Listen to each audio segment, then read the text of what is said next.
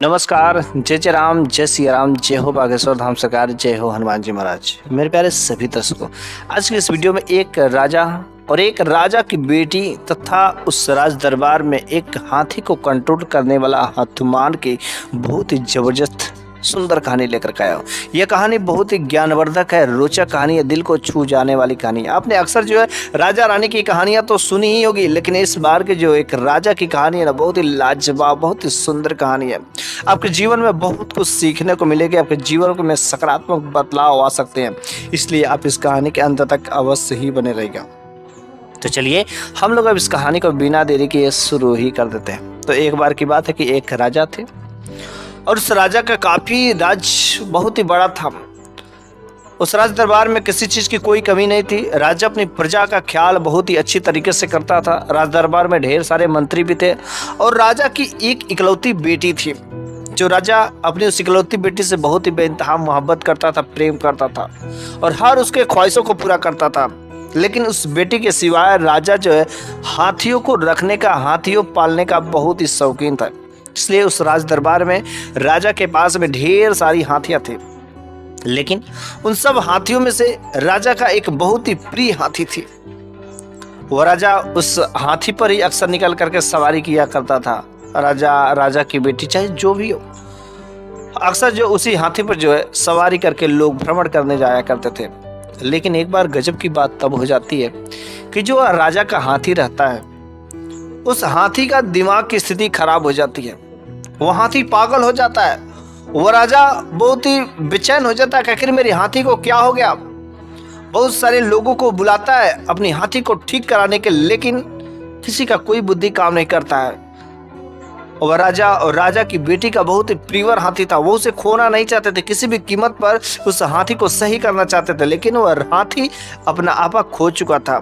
राजा हर तरीके का सभी लोगों को बुला करके, हर तरीके का जितने भी लोग सही करने वाले थे, हाथी को कंट्रोल करने वाले थे, सारे के सारे लोगों को बुलो। और कई सारे लोग आए भी गए भी, लेकिन कोई हाथी को कंट्रोल नहीं। हाथी तो बिल्कुल ही बहुत सारी राज दरबार में राजा का चीजें नुकसान भी कर दिया था, लेकिन राजा ने तो भी अपनी जिद नहीं छोड़ी। बस कहा कि जो भी मेरे हाथी को कंट्रोल कर देगा उसे ढेर सारे इनाम दिए जाएंगे। इनाम की रकम बढ़ाते जा रहे थे, लेकिन कोई कंट्रोल करने वाला नहीं मिल रहा था।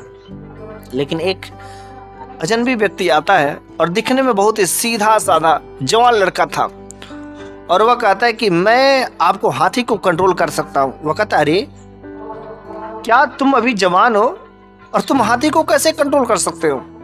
उसने कहा नहीं। तो वह जो है सैनिक जो मंत्री के पास ले जाता है और मंत्री के से कह करके राज दरबार में भी ले जाया जाता है। तो वह लड़का कहता है, अवश्य मैं आपके हाथी को कंट्रोल कर सकता हूं, बस आप एक बार मेरे को मौका दीजिए। उस लड़के को लोग बहुत ही हल्के में ले रहे थे, चूंकि नौजवान था, शख्स था। लेकिन वह जब लड़का जाता था, आखिरकार वह लड़का, वो नौजवान लड़का उस हाथी को कंट्रोल ही कर देता है। हाथी को कंट्रोल करने के बाद राजा साहब बड़ी ही हैरान हुए कि एक नौजवान लड़का जो इतनी कम उम्र में इतना अच्छा इसके पास हुनर है कि यह हाथियों को कंट्रोल कर दिया है। इतने लोग आए गए और कोई ना कर पाया, और ये नौजवान लड़का। राजा बहुत ही प्रसन्न हुए, बहुत ही खुश हुए। तो राजा साहब ने उस लड़के को दरबार में बुलाया और कहा कि तुमने मेरे हाथी को कंट्रोल कर दिया, इसके बदले में बोलो तुम्हें क्या चाहिए, मुंह माकी रकम मैं तुम्हें दूंगा, जो तुम मांग लो। उसने कहा कि राजा साहब मुझे कुछ चाहिए नहीं, मैं इधर उधर भटकता रहता हूँ, घूमता रहता हूँ, मेरे को कोई काम धाम नहीं है। बस आप जो है अपने महल में, अपने दरबार में बस मेरे को जो है कोई छोटा मोटा काम दे दीजिए। उसने कहा कोई छोटा मोटा काम नहीं, मेरे पास ढेर सारी हाथियाँ हैं और आज से मैं तुम्हें पूरा का पूरा जो हाथियाँ रहती है, हाथियों का कंट्रोल करने वाला मैं मालिक बना देता हूँ, हाथियों को मालिक। ताकि किसी प्रकार की कोई दिक्कत होती है तो बस आज के बाद हाथियों की रेख देख तुम्हारी ही रहेगी, और उसके बाद किसी भी चीज़ की कोई दिक्कत होगी तो तुम हमसे बोलना। तो उसने कहा राजा साहब ये तो ठीक है, लेकिन उसके बदले जो आपके इनाम वाली रकम थी, उसके बदले में मैं आपसे समय आने पर मैं मांग लूंगा, क्योंकि अभी तो मेरे को कोई खास चीज़ की जरूरत नहीं, लेकिन जब समय आएगा तो मैं मांग लूंगा। राजा साहब ने कहा ठीक है। अब वह लड़का तो वह हाथियों की सेवा करता, हाथियों को खिलाता पिलाता, अलग अलग तरीके से। सारी की सारी हाथियाँ जो है उससे बहुत ही प्रेम करती थी, बहुत ही एक इशारे पे हर तरीके से हाथियों को ट्रेंड करता था। लेकिन जो राजा साहब की प्रियवर हाथी थी उसका अलग ही घर था, अलग सब कुछ था, उसका देख रेख करने का अलग तरीका ही था। लेकिन एक बार राजा साहब अपनी बेटी के साथ में उस हाथी पर सवार होकर के भ्रमण करने जा रहे थे। इस लड़की की नजर जो है राजा साहब पर पड़ी, तो राजा साहब के बगल में उनकी बेटी भी बैठी हुई थी। और जैसे ही राजा साहब ने उस बेटी को कहा कि देखो बेटी, ये लड़का है जो बहुत ही नौजवान है और बहुत ही अच्छा है, और यह पूरा का पूरा हाथियों को कंट्रोल करता है। लेकिन वह रानी जब उस लड़के को देखती है तो वह लड़का जो है हाथियों को सेवा पानी करने में मगन रहता, व्यस्त रहता, उसको देख नहीं पाती है। लेकिन वह लड़का उस राजा की बेटी को देख लिया रहता। और जैसे ही उस लड़के ने राजा की बेटी को देखा था, वास्तव में उसकी खूबसूरती का दीवाना हो गया था। उसके दिल में चैन नहीं आ रहा था। वो सोच रहा था कि अगर राजा की बेटी अगर मेरे से मिल जाती तो कितना अच्छा रहता।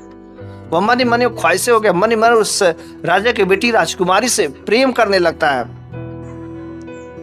अब तो वह राजा की बेटी को छुप छुप के पीछा करने लगा। वह जिधर को जाती वहां पर वह जाता, लेकिन वह राजा की बेटी इसको कभी केयर नहीं करती थी। वह तो उसे उस दिन राजा साहब ने देखा है लेकिन देख नहीं पाई, नहीं पहचानती थी। बस यह लड़का उनका छुप छुप करके पीछा करता था, देखता था, ताकि आखिर राजा की बेटी जो राजकुमारी क्या क्या करती है, कैसे करती है। वह उनके कोमल अंगों को जब देखता, हाथ को पाँव को देख करके वार क्या गजब के मोहित हो जाता था, उनकी सुंदरता का दीवाना हो जाता था। वह लड़का भी कोई नौजवान था, सीधा साधा था, और वाकई वो भी हैंडसम था, खूबसूरत भी था।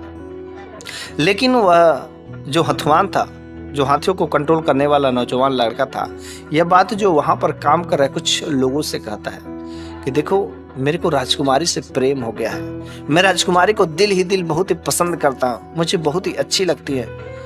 अगर वह मेरे को मिल जाती तो मजा आ जाता।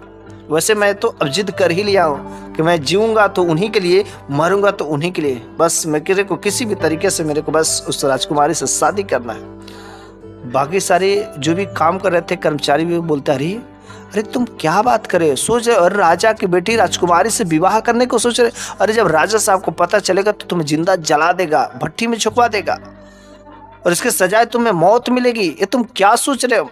उसने कहा भले ही मर जाएंगे, लेकिन एक बार तो अपना इजहार जो उस राजकुमारी से करेंगे ही करेंगे। वह बेचारा सोचता है कि आखिर कैसे राजकुमारी से मिले, किसी तरीके से अगर मिल जाते तो बस हम अपनी बात जो कहते थे।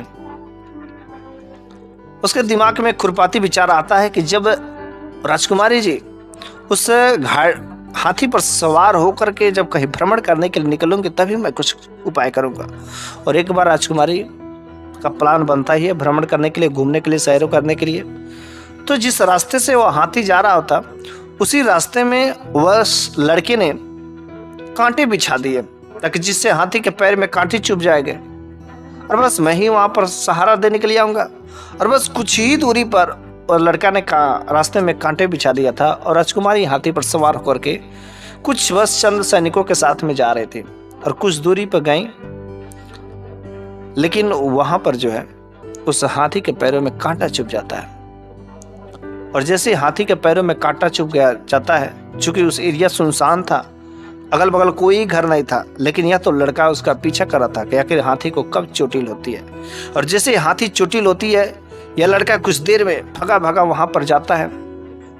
सारे लोग परेशान रहते कि आखिर हाथी को क्या हो गया, हाथी को क्या हो गया। जब वह लड़का हाथी के पास में जाता तो कहता, अरे हाथी को तो पैरों में कांटा चुभ गया है, लेकिन कोई बात नहीं, थोड़े सा समय लगेंगे राजकुमारी जी, और आप किनारे बैठिए, आराम करिए। वो लड़का किनारे बैठ राजकुमारी को किनारे बैठा देता है, और हाथियों के पैर से जो है कांटा निकालने लगता है। लेकिन वह कांटा चूंकि बड़ा था, अंदर छुप गया था। काफी दिक्कतें हुई, समस्याएं हुई, लेकिन आखिरकार मिशन कामयाबी हो जाता है। उस हाथी के पैरों से कांटा निकल जाता है। अंधेरा, शाम हो जाती है, अंधेरा होने वाली थी। अब जो राजमहल लौटना संभव नहीं था, काफी रात हो चुकी थी। तो उस लड़के ने कहा, राजकुमारी जी अब तो शाम हो गई, क्यों नहीं यहीं पर कुछ अपने सैनिकों से कहकर के यहाँ पर जो है सोने का व्यवस्था बने, यहीं पर आराम करने का, क्योंकि हम लोग ना तो आगे जा सकते हैं ना तो पीछे जा सकते हैं, कुछ यहीं पर। और बस इस तरीके से शाम होती है, उधर जो सैनिक जो खाना बना रहे थे, और जब तक खाना बनता तब तक इधर राजकुमारी और उस लड़के से, नौजवान लड़के के बीच में काफ़ी जो बातचीत चलती है। वो राजकुमारी भी जब उस लड़के को देखती है तो वो लड़का काफ़ी सुंदर रहता है, काफ़ी हैंडसम रहता है, नौजवान रहता है। उसकी जो बातें करता है वो सारे के सारे बातें जो उस राजकुमारी को एक एक करके बहुत ही अच्छी लगती जाती है, और वो बातों बातों में उसकी खो जाती है। वो तो लड़का अपने दिल की बात कहता ही था, लेकिन वो राजकुमारी भी उसकी बातों का फैन हो जाती है, और बातों बातों में आंखों आंखों में इशारे हो जाते हैं, और बस उस राजकुमारी को भी उस लड़के से मोहब्बत हो जाती है। वो लड़का वहां पर जब अपना प्यार का इजहार कर देता है, वो राजकुमारी बिना सोचे समझे कुछ भी उस लड़के की दीवानगी पर, उस लड़के की खूबसूरती पर वह भी दीवाना हो जाती है, और कहते कि हाँ अब तो मैं भी जीऊंगी मरूंगी तो बस तुम्हारे साथ में। और बस उस रात वो राजकुमारी के साथ में वहाँ पर उस जंगल में, उस जगह पर जो है समय बिताता है, रात बिताता है। दोनों लोग एक ही पास में रहते हैं, काफ़ी रातें बीत जाती है, समय कब रातें कट जाती है पता ही नहीं चलता। सुबह होती है तो वो लड़का कहता है कि राजकुमारी जी, मैं तो बस आपसे इतना बेइंतहा मोहब्बत करता हूँ, प्रेम करता हूँ, आपके लिए भले ही मैं मर क्यों ना जाऊँ, लेकिन बस आप मेरे से विवाह कर लीजिए। वो राजकुमारी उस लड़के की दीवानगी देख करके फिदा हो जाती है। वो कहती कि शायद मेरे को इतना अच्छा तो कोई मिलेगा नहीं। दिखने से तो ऐसा लग रहा था कि वो लड़का जो कोई शहजादा होगा, कोई राजकुमार होगा, लेकिन जब उस राजकुमारी ने पूछा अगर क्या किसी नगर के, किसी राज्य के क्या तुम शहजादे हो, उसने कहा नहीं नहीं, मैं तो कोई शहजादा नहीं, मैं तो आपके दरबार में, आपके महल में हाथियों का सेवा करता हूँ, और जो नया लड़का आया शायद आपको पता भी चला होगा। तो उसने कहा हाँ मेरे पिताजी तो मेरे को दिखाया था, लेकिन मेरे को नहीं पता था कि तुम ही, और तुम्हारी तो बहुत चर्चा होती है। और वह जो है राजकुमारी भी उस लड़के का दीवाना हो जाती है। फिर से लोग अपने महल में चले जाते हैं, लेकिन राजकुमारी कहती कि अगर देखो तुम मुझसे शादी करना चाहते हो तो यह बात तुम्हें मेरे पापा से, मेरे पिताजी से कहना ही पड़ेगा। वो लड़का कहता है क्या बात कर रही है? अरे ऐसा सैनिक कहते हैं कि अगर यह बात जो है राजा साहब को पता चलेगा, तुम गुलाम हो, तुम नौकर हो, और राजा की बेटी से शादी करने को तो मेरे को तो भट्टी में झुकवा देंगे।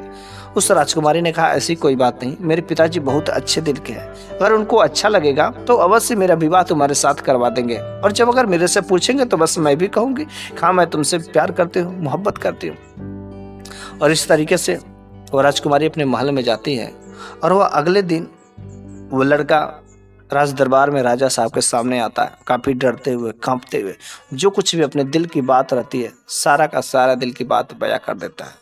लेकिन ये जरूर कहता है कि राजा साहब अब मेरा वो इनाम जो था मांगने का समय आ गया, आपने कहा था ना कि आखिर क्या चाहिए, मैंने कहा था समय आने पर मांगूंगा। उस लड़के ने कहा राजा साहब मेरा इनाम बस यही है कि आप मेरा विवाह जो है अपनी बेटी उस राजकुमारी से करा दीजिए।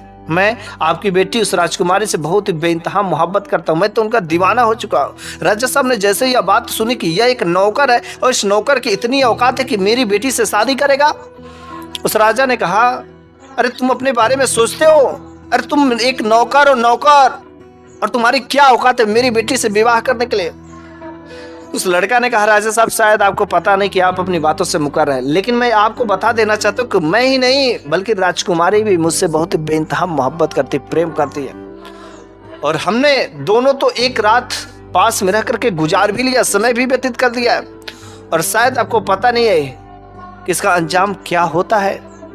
राजा साहब को जैसे यह बात पता चलती है बहुत ही गुस्सा आता है, और वह राजा साहब अपनी बेटी को बुलाते हैं। जब राजा साहब उस बेटी को बुलाते हैं तो कहते क्या बेटी तुम भी इस लड़के से प्रेम करती हो? तो उस राजकुमारी ने कहा जी पिताजी, मैं भी इस लड़के से बहुत ही बेइंतहा मोहब्बत करती हूँ, चाहती हूँ, प्यार करती हूँ, और मैं इसके साथ ही शादी करूँगी चाहे कुछ भी हो जाए। वो राजा साहब कहते कि चल, जब बेटी तू मेरी इकलौती बेटी है, जब तू भी यही चाहती है, और मैंने तुझको वचन भी दिया था इनाम वाला, लेकिन आज मैं जो तुम्हारी शादी इसके साथ कर दूंगा। कोई बात नहीं, इस लड़के में हुनर भी है, नौजवान भी, अच्छा भी है। और वह राजा जो थके हारे जो अपनी बेटी की शादी इस तरीके से उस जो लड़के के साथ में कर देता है, और शादी होने के बाद यह कहानी यहीं पर समाप्त हो जाती है। मेरे प्यारे सभी दर्शकों, आज की यह कहानी आपको कैसी लगी है? यदि ये कहानी अच्छी लगी हो तो प्लीज़ कमेंट बॉक्स में आप अपनी राय ज़रूर दीजिएगा। लेकिन मैं आप लोगों से एक बात कहना चाहता हूँ कि डर के आगे हमेशा जीत होना चाहिए। कभी भी हमें डर करके कोई काम छोड़ना नहीं चाहिए। अगर डर करके कुछ काम को छोड़ देंगे तो कुछ भी नहीं हो पाता। इसलिए हमेशा निडर होकर के कोई भी काम करने का फैसला करना चाहिए।